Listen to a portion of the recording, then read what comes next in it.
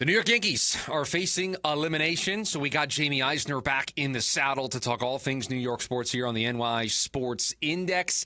Jaime, I'm not going to give anybody a fancy intro. We got to dive right into what happened in Game 1. I'll let you kick us off because this game is symbolic of the last couple of years for Aaron Boone and the New York Yankees, and everybody is big mad today.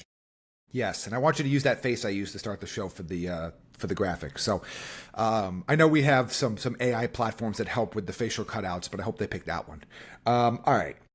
So I have a lot of thoughts, Chris. So I'm going to try to tackle one at a time so I don't get caught up. Let's talk about the end, and then we'll talk about the beginning, if that makes sense. So let's talk about the decision, and I would say near the end, to pull Max Fried, go to the bullpen, and the collapse that happened there. So let's start with that. I think you saw in this game, and it was pretty much confirmed in the post-game conversation, the difference in philosophies between these two organizations, particularly in recent memory. You had both pitchers that were pitching really good games, Fried and Crochet. One manager stuck with a plan that he made before the game, regardless of what he saw out there.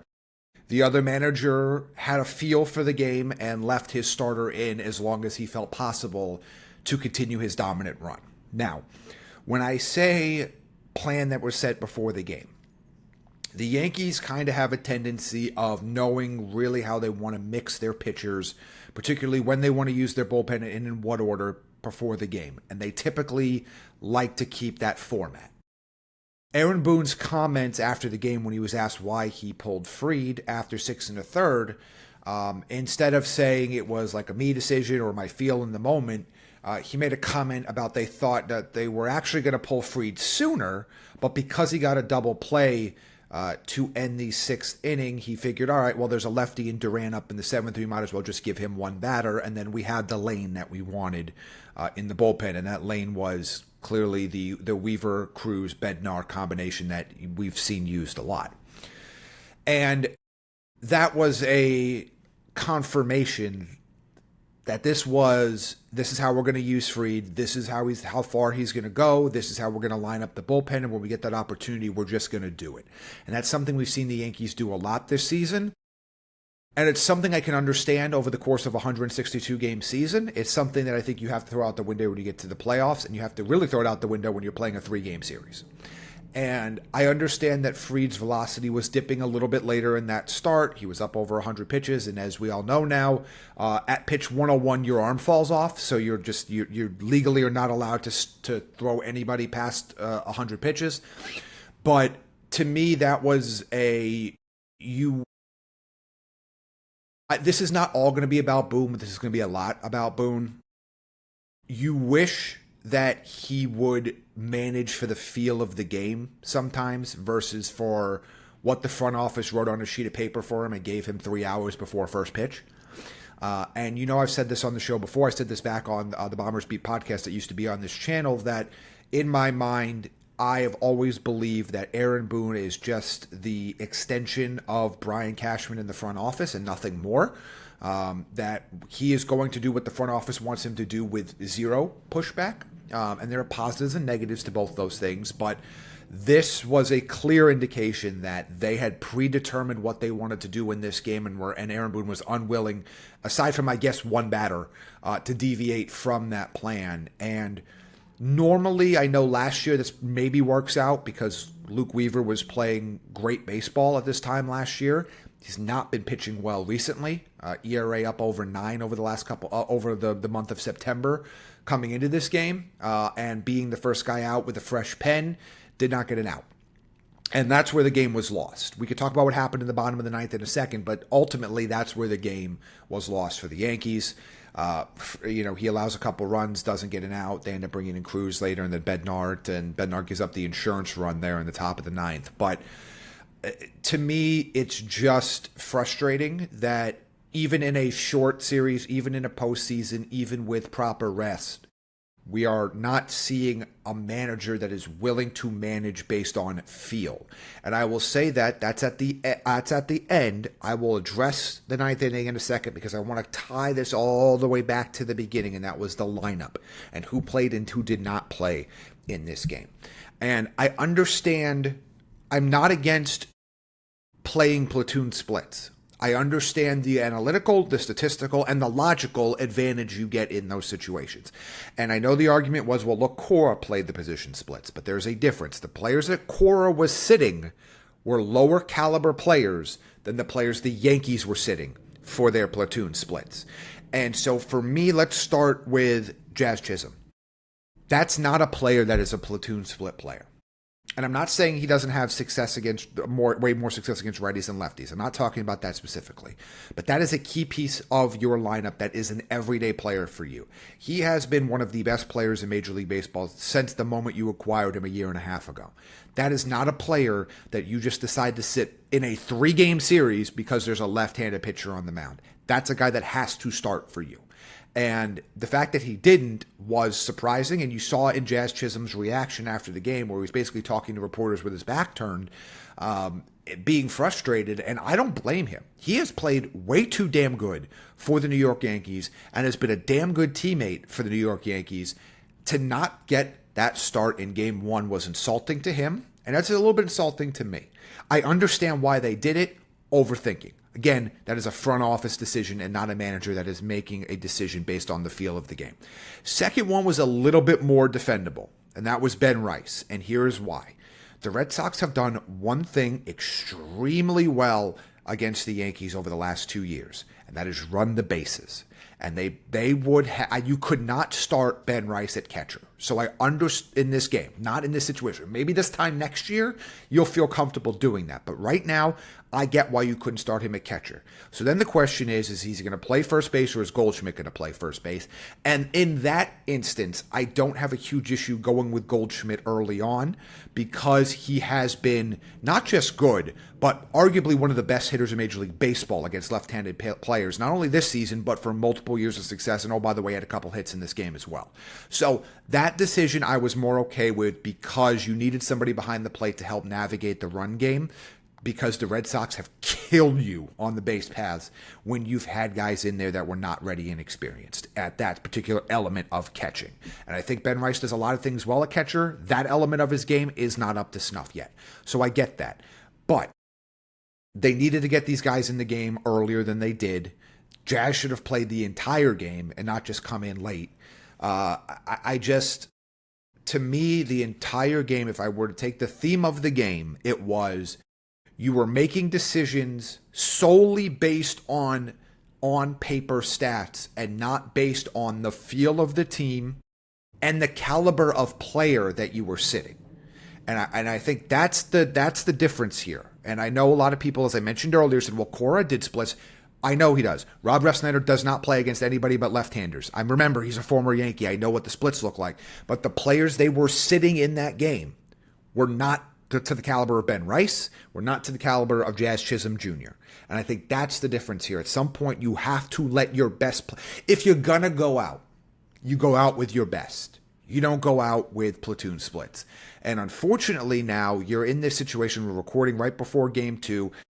Whether they push for a Game 3 or they don't, you gave up an opportunity in a winnable game and you basically blew an amazing start from Max Fried because you were not able to generate enough offense with the lineup you did put out there. So I will let you address that part. We could talk about the ninth inning in a second, I think, because that's a baseball. That's different. That is guys need to come through. But we'll talk about that in a second. Chris, I've talked a lot. Break down for me what your element of it. Do you agree with me, disagree with me? What do you think about that from just the 30,000-foot view of what I thought the theme of this game was for the Yankees?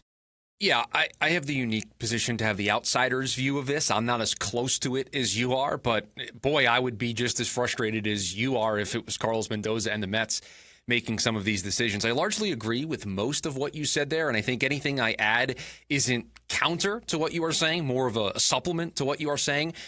I think we are too quick, not you and I think most fans in general are insulated from this, but there is a subsection of fans that tend to bunch every single decision together and wrap it up in this framing of analytics, and everything is either good analytics or bad analytics, right? There's only two camps that you can sit in. I think it's important to look at every decision individually, and if analytics were at play, then talk about how they get there. But I don't think everything we saw was directly, analytics bad, Brian Cashman bad, Aaron Boone bad. I want to go back to where you started with Max Fried getting taken out of the game. Inherently, there is nothing wrong pregame with looking at the lineup that the Red Sox put out there and the roster that they have and saying, man, Luke Weaver is really good against these three batters. If we're in a tight spot and we need to go to the bullpen, man, this would be a nice place to get Luke Weaver. These three batters have some tough numbers against David Bednar. Should be a spot where we get David Bednar into the game. The idea of lanes, like I'm in a Department of Transportation board meeting, is not necessarily a bad thing. It's the rigidness to it that I think bothers some people. Inherently, wanting a reliever who's best suited to match up with the batters that are coming up is just good baseball. It's good managing. It's good forward thinking. But I don't understand, and I didn't hear you say this, but I think you would agree with this. I didn't understand the rush to move away from Max Fried to go to a bullpen that, let's face it, has been below average all season long. It's why they had to make... And not just below average all season long, arguably the worst bullpen in baseball since the deadline. And I think and I'll let you finish your point, but there's two things I want to bring up on that. One, that's a difference too, of if your bullpen has been lights out, I get it. And sometimes your bullpen is lights out and they still get hit around. But the rush to put in a bullpen that has struggled mightily and a pitcher who has struggled mightily recently, it's concerning. And two, to your point, Chris, and I want to clarify this, you're right. I'm not saying... When I talk about the analytics of this, the analytics are what decided the initial lineup. I'm not saying that was wrong or bad, aside from, I think that the Jazz Chisholm stuff was bad. The pitching stuff, and when I criticize Boone, this is where it's he either doesn't have the power to make these decisions and he's truly just a puppet on the strings, or he's afraid to take charge in those moments. Because I think even the most analytically, if you follow it by the book, would still tell you if you have a starter that is pitching well deep into a game against a good lineup, you can stick with them. So I don't want to make it sound like that was a purely analytics decision. At some point, you have to be a manager of people and decide when that is the right decision to take out or not. And that was to your point about the rigidness. There's nothing wrong with that being the plan. But at some point, like, if you're going to be a baseball manager, then you have that. Cashman can sit up there and call for the bullpen. He doesn't need you sitting in the dugout. He has a phone to the bullpen. He can make that call. He could set that lineup for you. Like, the whole point of having a manager in there is you're a manager of people as much as situations. You have to have a feel in that moment for the importance of the situation, how Fried is pitching, and the fact that it's a 1-0 game.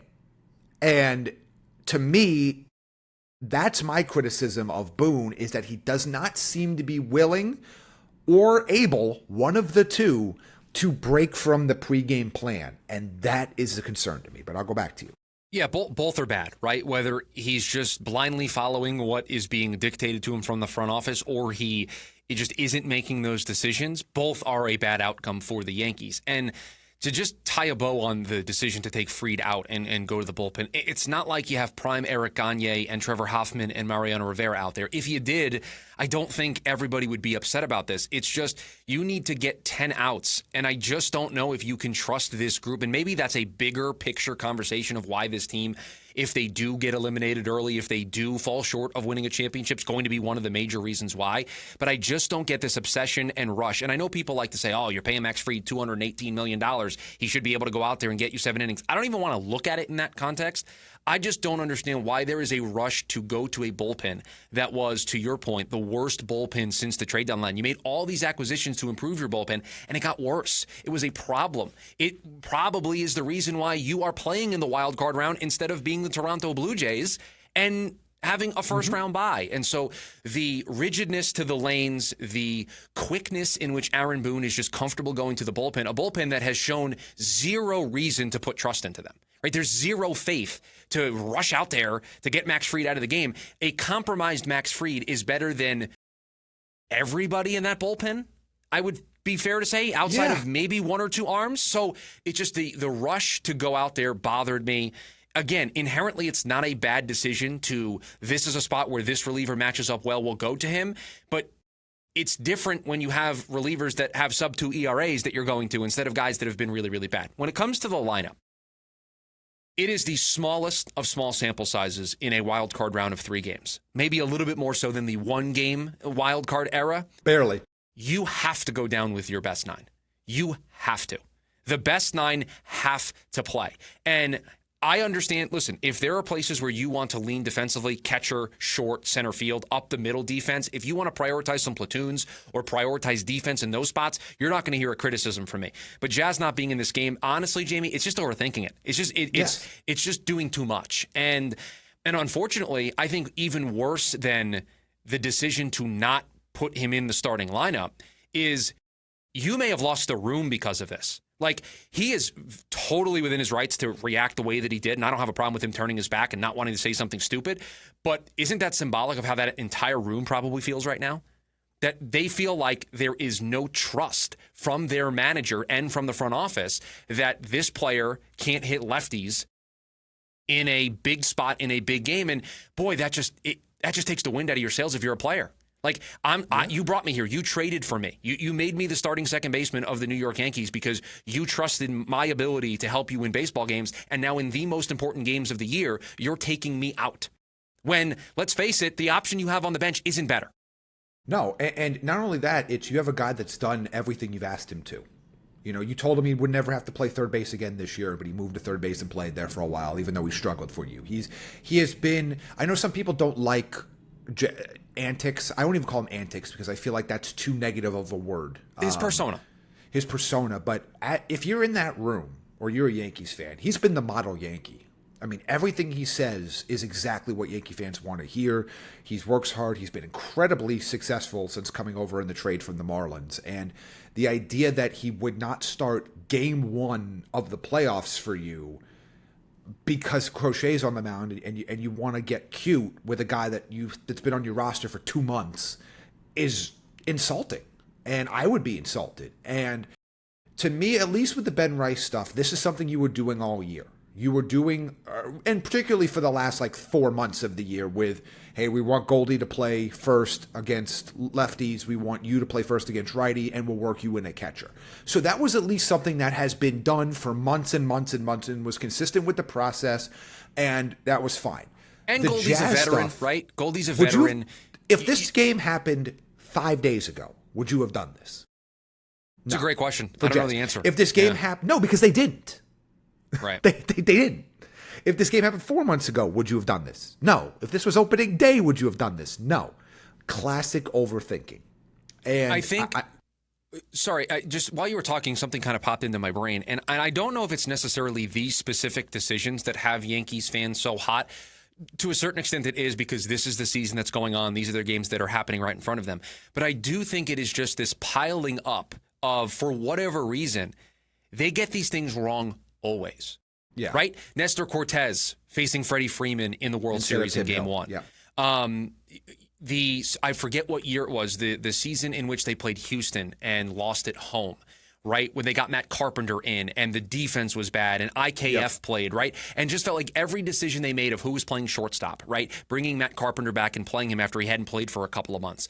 It just felt like every decision that they have made has gone against them in the postseason. And at some point, if I'm a fan, I don't care what your process is to get to these decisions. You're constantly getting this wrong. So if you're always evolving and iterating on your process, it's still not good enough because here we are again, where for the next 2 nights, at best, you're going to be facing elimination. There's a chance that by the time some of you hear this podcast, they're already gone. They're already out.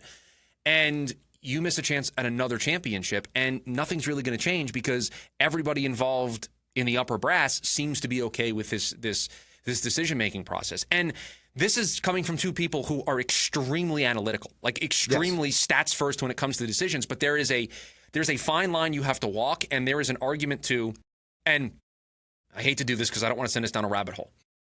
There is an argument to what you were saying, Jamie, about if it's something that you've been doing all year, I'm not going to get on you for it. And I'll use the quintessential example that I always bring up. It gets me into a lot of arguments with friends. When Kevin Cash took Blake Snell out of the World Series game, that's what the Rays did all year long with Blake Snell. He didn't come up with that in the moment of that World Series game and say, you know what, I'm going to go to my bullpen and take Blake Snell out. Every single start Snell had that season, he didn't go deep into the games. It's the way they structured it. So he stuck to the script that got him there. People may not have liked it. People might have hated the decision, but it's what you have been doing all year. So it's not like you went rogue.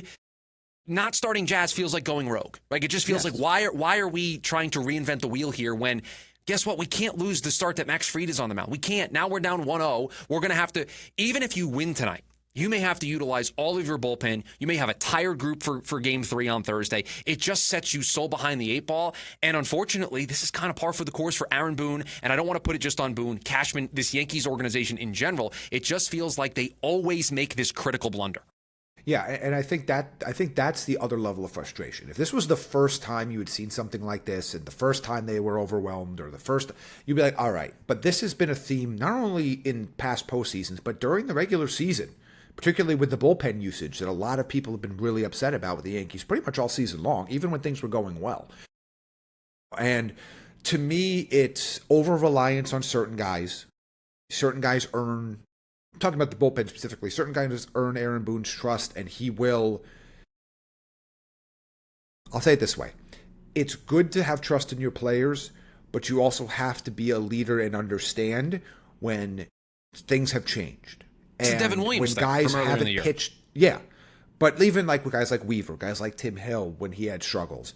Like, I understand you got to work through stuff, but I also have to understand when maybe it's not their right time right now. And...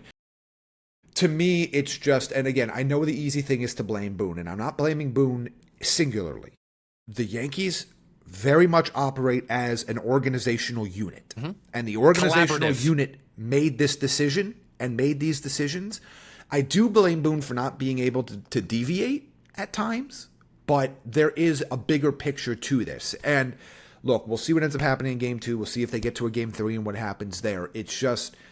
And my concern going in, and I think if we're going to bring this back and tie a bow on it, when we talked on this podcast, what did I say my biggest concern about this Yankees team was going in? Bullpen. Was their bullpen. Yeah. So to rush to take your ace that has had an amazing season for you and an amazing game for you, the rush, and has a 0% chance to pitch again in this series. Right. It's just so silly. You know what I mean? It's not like, well, we get him out now, we can throw him back on 3 days rest type of a thing. To take him out, to turn things over to the shakiest unit on your ball club, and a unit that has been shaky all year, but has been really shaky lately, that just doesn't make sense to me. It doesn't make sense to me. Combined with the juxtaposition of the manager in the other dugout riding his starter all the way up to his closer for the final couple of outs of the game, right? That's the other thing that really kind of hammers this home is in the other dugout. I don't know if that was the plan pregame. I'm sure. I know some people say, oh, Alex Cora went with feel there. I don't. Garrett Crochet's their best pitcher. I'm sure the plan before the game was, hey, Garrett, can you get this to Aroldis Chapman? Like, I'm sure ideally that's what they were looking for in the first place anyway. So it just the juxtaposition of those two managers and those two philosophies playing out on the field.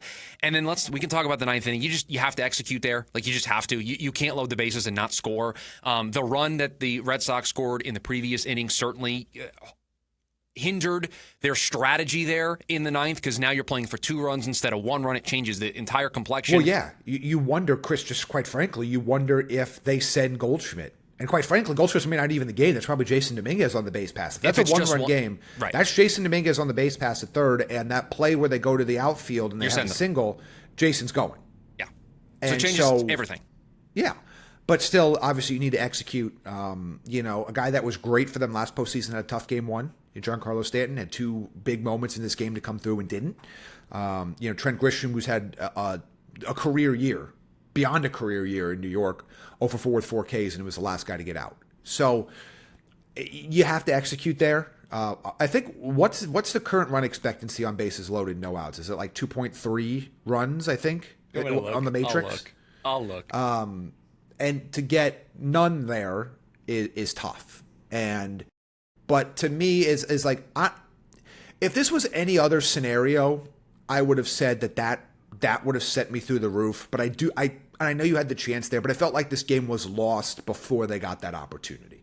They had an opportunity to salvage it, but they lost that game before that moment. And quite frankly, You don't expect to get 3 base runners on this version of Aroldis Chapman anyway. So bases loaded, nobody out. That's the run. I guess 2.34. 2.96 runs is the expected. And that wins they got a little bit less than that. They did. They got a little less than that. And then this is going to probably fall underneath everything else that's not getting talked about enough, at least for me. The Red Sox opened the door on Aaron Judge because they tested him once. And he showed that either he can't throw or is unwilling to throw or he got caught napping. And I think that's just going to be a license if this series goes another 2 games. Or in general, if the Yankees do move on, watch teams just eagerly test him.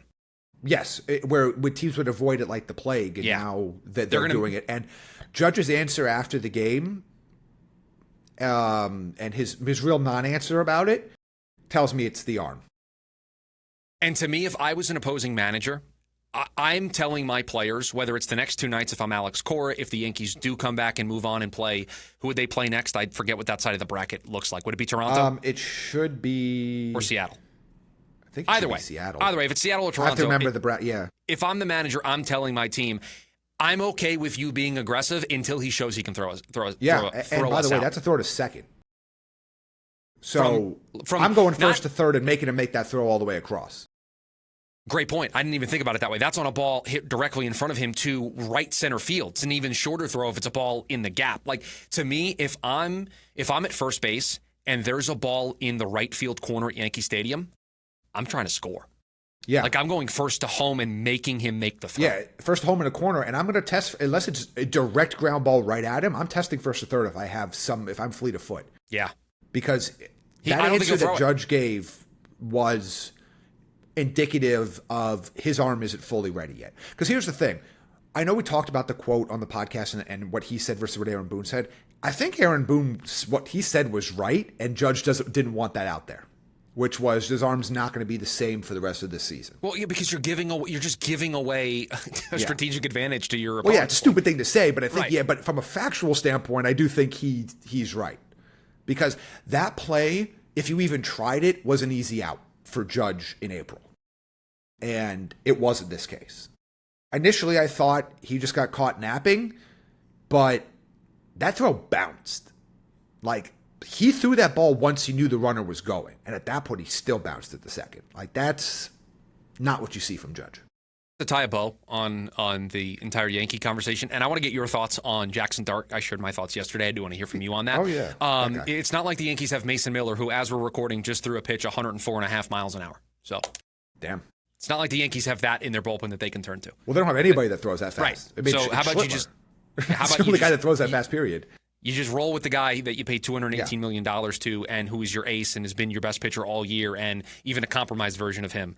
But now it's all hands on deck. Now you have to be aggressive. Now if Rodon gives up a couple hits in the first, you may have to start getting the pen up early. And so now you're going to go to this group that you don't trust. It was bad all around. Jaxson Dart, though, it was good. Giants get their first win of the season. I know they lose Malik Neighbors. We talked a little bit about that yesterday. Jamie, did you have a chance to listen to my show yesterday? I did not. Okay. I was traveling. Okay, I threw out an idea to the audience. And I want to share it again with you so you can share your thoughts. In the wake of Malik Neighbors getting hurt, the Giants should aggressively be calling the Saints about Chris Olave. So I like the thought.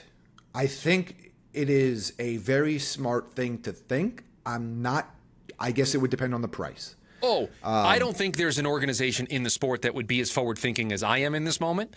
But to me, not only do you need a wide receiver at some point in general on this team, I want Jaxson Dart to be able to have a successful rookie season, and I'm worried that he's not going to be able to do that with this current skill group. Yes, and I think for that reason, the adding a wide receiver, particularly a high-caliber wide receiver, I do think makes a lot of sense because, as we've talked about before, it's not really about wins and losses at this point. It's about Jaxson Dart's development and his ability to play at the highest level of potential as he's developing. So in that sense, yes, I do think you need more than Darius Slayton and Wan'Dale Robinson and the guys that you have right there now, Theo Johnson at tight end. I don't know how many picks I'm willing to give up just because you gave up some of your capital recently to move up to get Jaxson Dart, and you want to be careful that you don't have the young pieces. But yes, I do think that they should be aggressive in adding a high caliber. And I'm not talking about adding like an elite because those guys just don't typically become available. But adding a high caliber wide receiver, that would make a lot of sense. Maybe they'll go trade for A.J. Brown. No. Yeah, good luck with that. Olave makes some sense. I'm trying to think of other guys that might be available. I threw out one other name on the pod yesterday. Yeah, throw me other name. I'm going to look at some team names and see if anybody jumps out. Calvin Ridley was the other name I threw out there. Maybe. He's having a terrible year right now, though. But yes, maybe. Jamie, I think that says more about the Tennessee Titans than it does about Calvin Ridley. I think it's probably equal parts both, but yes. I mean, they're the worst team in football? They are very bad. I'm trying to look at some other names here that might be available. I want no part of like Adonai Mitchell. I didn't want him before what he did last week, but I definitely don't want him now. I'm trying to see other guys that could be available that haven't moved. Guys like you could have thought about the Dolphins, but obviously that's not going to be the case anymore. I'm trying to think who is stuck in a role that they don't. I mean, maybe Denver is willing to move off of one of their young guys, but Cleveland's probably not moving off anybody else now, especially with Tillman out. Same thing with Minnesota. So, yeah, there are a limited number of options for you. But, yeah, I do think adding another player could be really beneficial for them. And maybe it's something that they do if they do end up moving like KT at some point this year, that they gain additional capital. They can use some of that on that. But, yeah, I do think you want to put Jaxson Dart in a position where he can win, and more so win with his arm, too, because obviously he was really strong running around, but he's not going to be able to run around that much and stay healthy over the course of an entire season, so you want to give him some other options. And right now, this team with Neighbors out, with Tyrone Tracy out, like just the overall weapons on this team is starting to get real thin for that young quarterback. So I like the idea in theory. It's got to be the right price because you're still building long term, but I like that potential option there. I mean, I'd even like if it's a guy like Rashid Shaheed, even. That's another New Orleans receiver. Kobe Myers in Vegas? Yeah, I would. I don't think they're going to do it, but yes. I think Jacoby Myers is one of the more underrated receivers in football.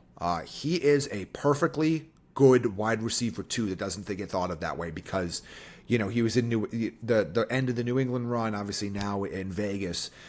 If Vegas is willing to make that move, because he already requested a trade this past offseason. That's why I brought him up. If they were willing to make that move, I would absolutely call about him because he is somebody that can be that safety blanket for Jaxson Dart and has played with young QBs before. So that is a name I would absolutely be in favor of if the Raiders are willing to make that kind of a move. So this might be a thing where you might have to wait another week or two to kind of see who else falls out of the play. You want to trade Garrett Wilson, Chris? I'm uninterested in trading Garrett Wilson.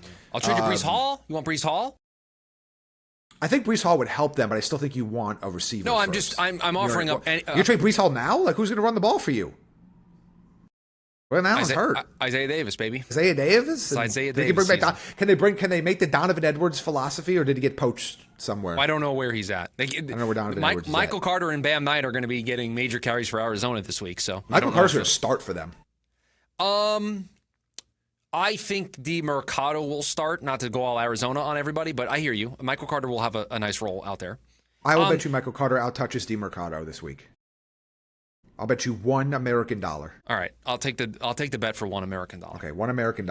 And the reason why I brought this up yesterday, and I wanted to bring it up with you, is this is your guy, right? You traded back into the first round to get this guy. Brian Daboll screamed it on the sideline. I can't even repeat what he said on the program. No, but I also can't repeat what one of the reporters said about the post game. Wrote a whole fanfic. Yeah, Connor Hughes writing some erotica for everybody. If that's the case, right? If this is the way you feel, then I'll just use this as an example. I looked up the Giants' current draft capital.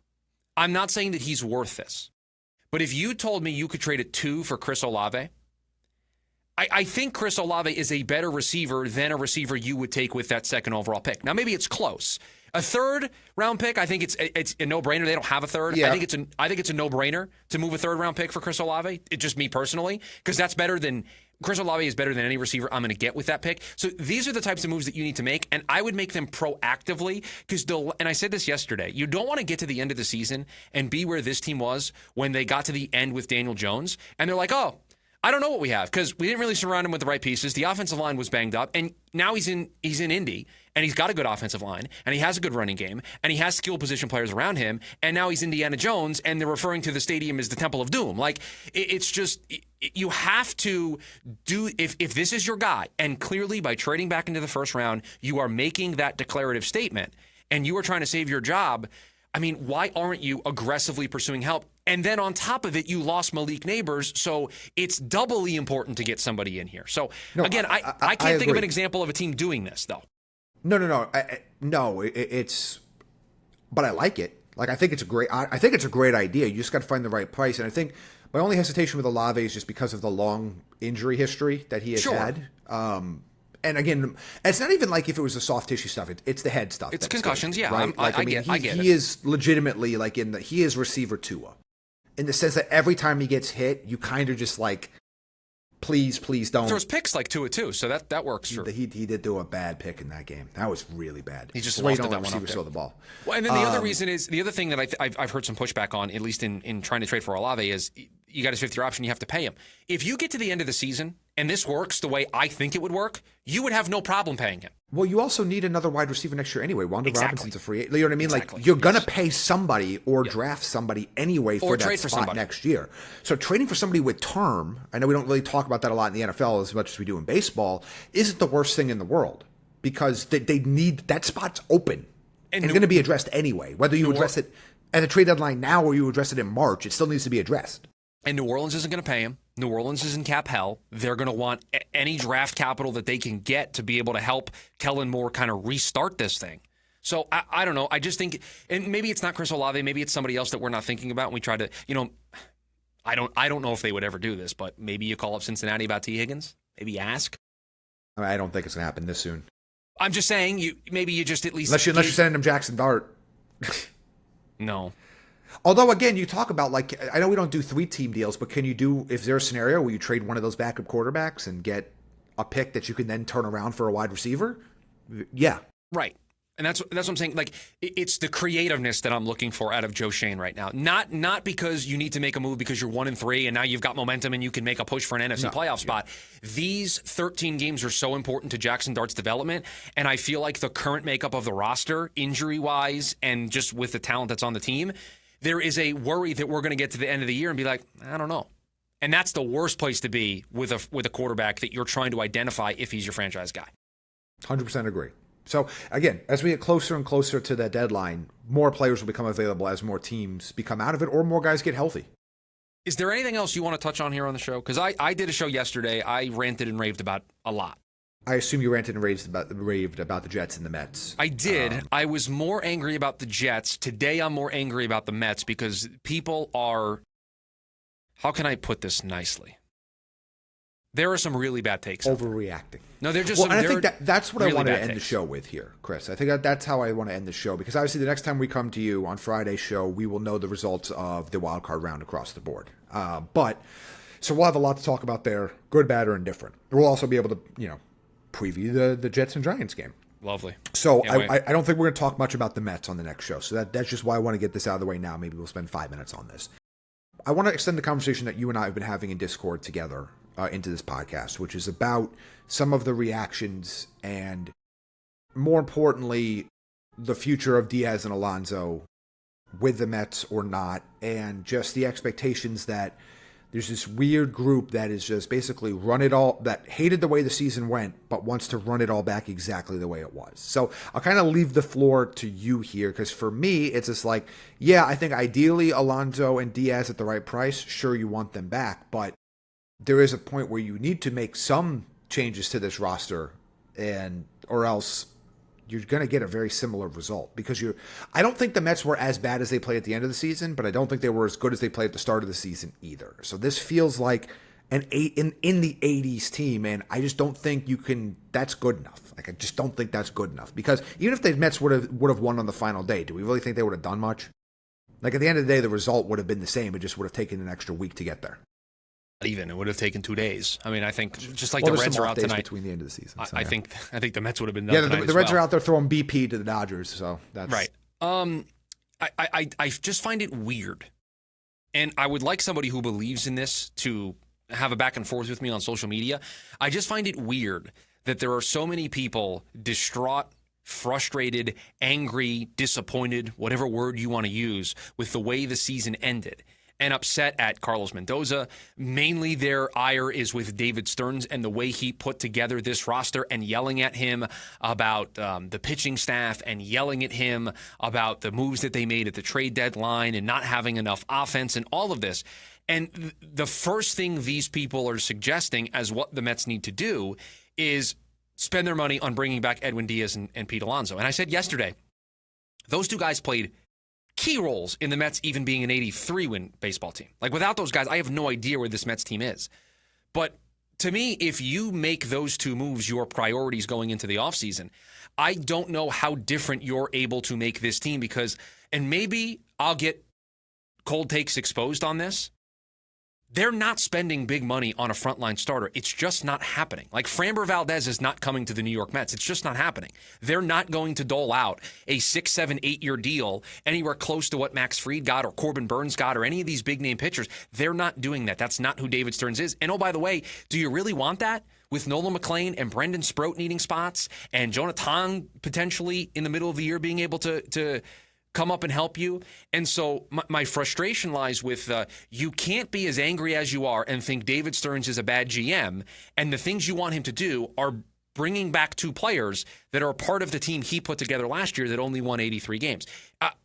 If Pete comes back, it has to be as the DH. You can't play first base. Just can't happen. They have to get better defensively. That's one of the easiest areas to upgrade. There's plenty of good options out there in free agency.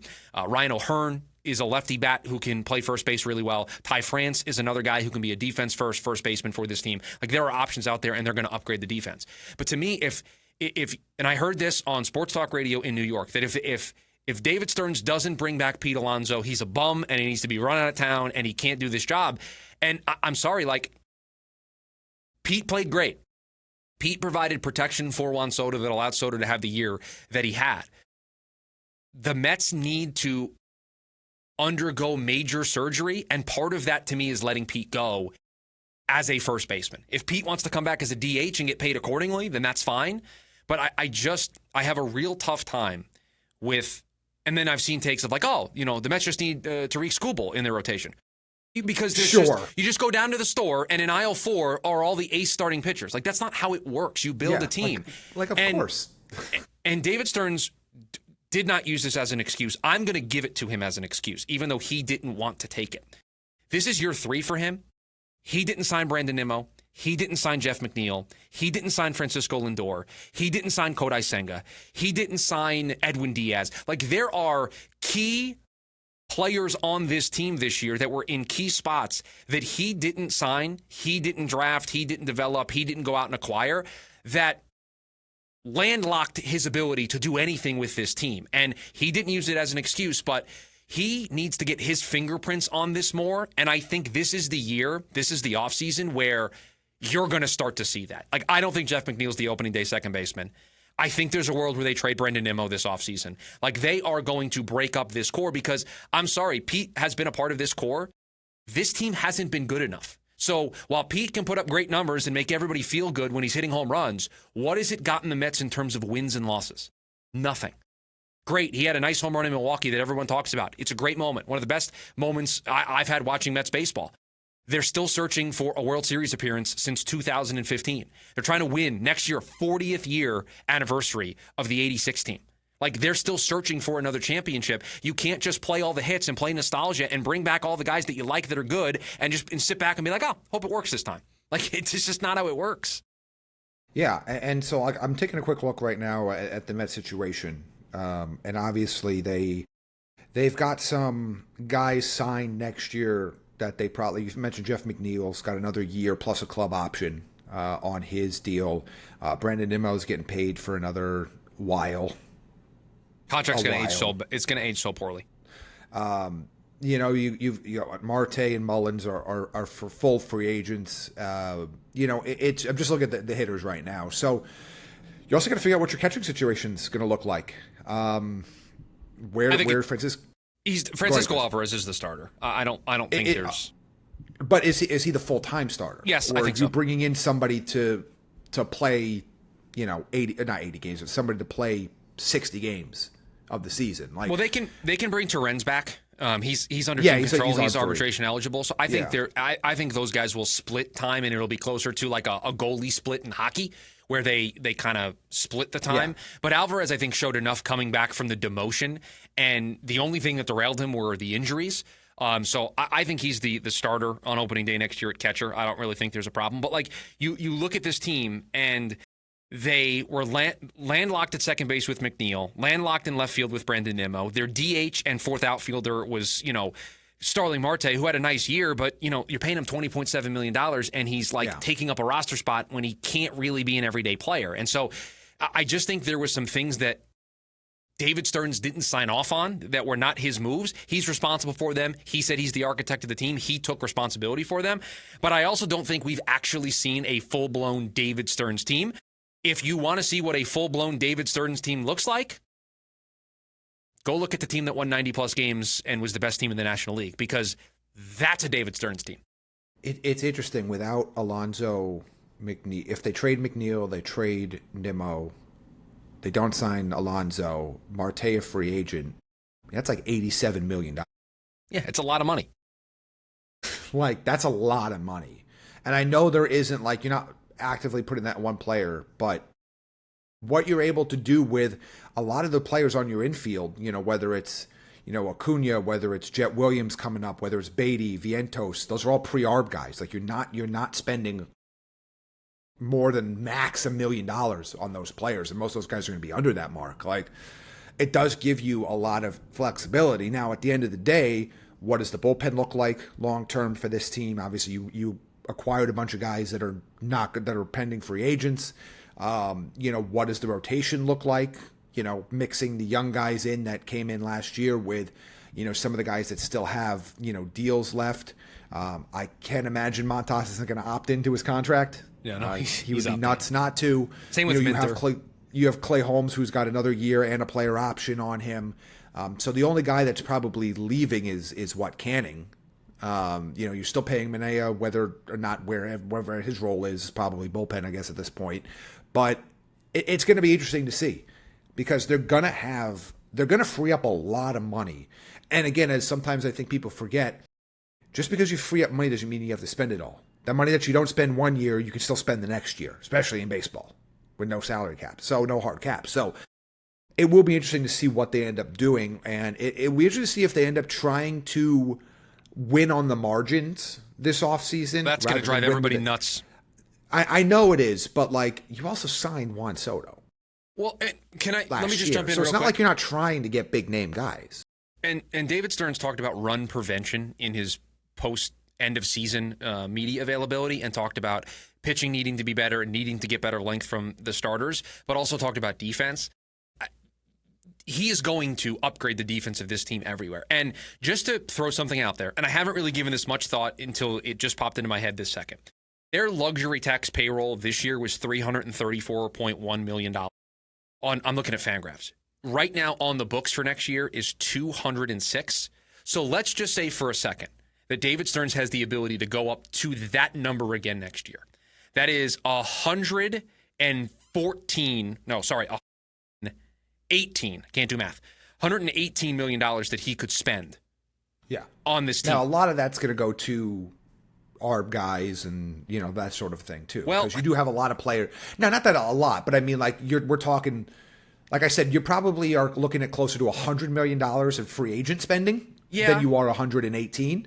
But still, to your point, I mean, you can spend. And quite frankly, too, is how economical do you want to be? And what I mean by that is, buying a run of run prevention is typically cheaper than buying a run of run production, if that makes sense. And the thing I know that's a lot of saying the word run a lot, but like, essentially what I'm saying is is more inexpensive to buy your way into better defense than it is to buy your way into better offense.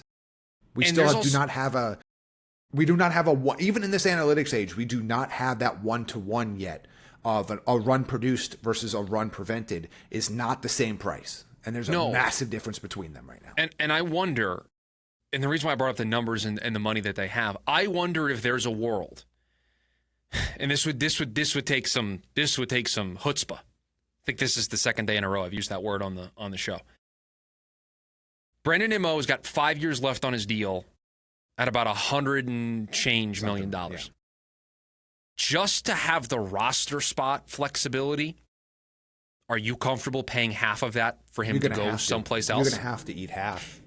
If you ate half, you have the budget to do it, and Stearns has shown, Cohen has shown a willingness to do that, not for that length of time, but just to free up the roster spot so that you have options. Do you pay half of that? Because I think somebody takes Brandon Nimmo on a 5-year, $50 million deal than they do, 5-year, $100 million deal. Yeah, I think your only chance of moving him without having to attach something else is to pay half that deal. You'll get a mid-level prospect or a bullpen arm or somebody like that, but you're buying that flexibility. Yeah, I mean, I would do that. Half was the number in my head. At $10 million, there are teams out there that will say, yes, I will absolutely take Brandon Nimmo for $10 million. At 20 plus, not a chance. Not for that term. You know what I mean? It's not like, all right, we'll bite the bullet for a year. There's 5 years you said left on that. So yeah, you're going to have to eat half that contract. Yeah, and I just think that type of creativeness, because Stearns really likes having optionality, and he likes having choices, almost to a detriment, like what he did with third base with Beatty, Vientos, and Mauricio. It almost worked against them how open he left that competition. But with Jet Williams, he needs a spot. To me, he's going to have to play second base. Carson Bench is going to be the center fielder for this team at some point. Both of those guys are on the 2026 roster at some point, if not making the team directly out of camp. Yeah. So, yeah, you don't want to landlock yourself in too many spots, because then your roster is so rigid, there's no way to improve it. And I think this team this offseason, I continue to say it, and maybe I'll be proven wrong, but I really think there's going to be major surgery to the core of this team. Like, I think this team looks a lot different. I think anybody that's not named Juan Soto or Francisco Lindor and maybe Nolan McLean, I think other than those three, I don't think anybody's safe. Like, I think those three players are the only three constants for the 2026 team. Yeah, and actually we saw a report while I was out over the weekend that the Yankees and Mets talked about a trade at one point as well involving Brett Beatty. So I'm not saying that that's necessarily coming back around. And I forgot what was the piece. Remember, because I'm blanking. What was the piece that the Mets were going to get back? Did you see that? That's a great question. I remember seeing the story about Beatty. It was and the somebody Yankees. It was one of those ones where they thought if they might have to sell because of Judge's injury. So was it Bellinger? No, it wasn't Bellinger. Hold on, let me see. I'll do a quick search. No, I got you. Because it's going to bother me if I don't. Yeah, no, that's why. But the Yankees, when they right after the Judge injury, where they weren't sure if it was going to be that there was a heavy discussion for Beatty. Oh, Trent Grisham. So, and by the way, guess who's a free agent? Trent Grisham. So, especially if you're able to make a move off of Nimmo. Now, again, that's another case of Trent Grisham's probably not going to be cheap, coming off the best year of his career. But it is interesting to show you that the Mets were willing to discuss a situation where they would move one of those young infielders for an established veteran outfielder, and one that was on an expiring deal, no less. So now coming to the offseason, maybe they're a little bit more aggressive in finding that outfield spot. So we'll see. It's just things like that are interesting, where it's even some of the young guys that have been playing for them and playing well might still not be there by the time opening day arrives. Yeah, the offense just wasn't good enough outside of the Big Four, so I think there needs to be some changes there. And unfortunately, outside of the Big Four, like, where are you changing? I think your catching spot is set up. Jeff McNeil is at second base. That's why I think he could go. Again, I may be proven wrong on this, but listening to David Stearns and just knowing what I know about Steve Cohen and the way that it really feels like David Stearns was like, okay, for 2 years I tried to win with the guys that were holdovers of the last regime. We got Soto. We brought back Alonso. I made some upgrades in the pitching department. Now it's time to really put my fingerprints on this team, and I think you're going to see that here pretty soon. But that's just my prediction. I'm not sure. They have a lot of work to do. They cannot just run this back. And if they kind of slowly improve in some areas and it kind of looks basically the same, I think it's going to be hard to pick this team to compete in the National League. Just there's so many good teams. So That's where we'll leave it here on this edition of the NY Sports Index. We're back on Friday. As Jamie mentioned earlier in the show, we'll have a full breakdown of whether or not the Yankees have moved on or if they are joining the Mets on vacation. We'll get you ready for both the Giants and Jets in action this week. The Jets have the Cowboys. The Giants have, correct my memory, who do the Giants have this week? Well, you actually didn't. I legitimately don't know. I've been Saints. They have the Saints. Okay. So 2 winnable question mark matchups for these two teams potentially. We'll see. Yeah. So we'll preview that on Friday. If you are new here, please rate, review, subscribe to the show wherever you are listening to us. You want to watch the program, 2 places to do that, the NY Sports Index YouTube channel, or you can watch the show on Spotify. Enjoy the rest of the playoff baseball, the start of Thursday Night Football. We're back on Friday. Get you ready for a football weekend and whatever is next for the New York Yankees. We'll talk to you then.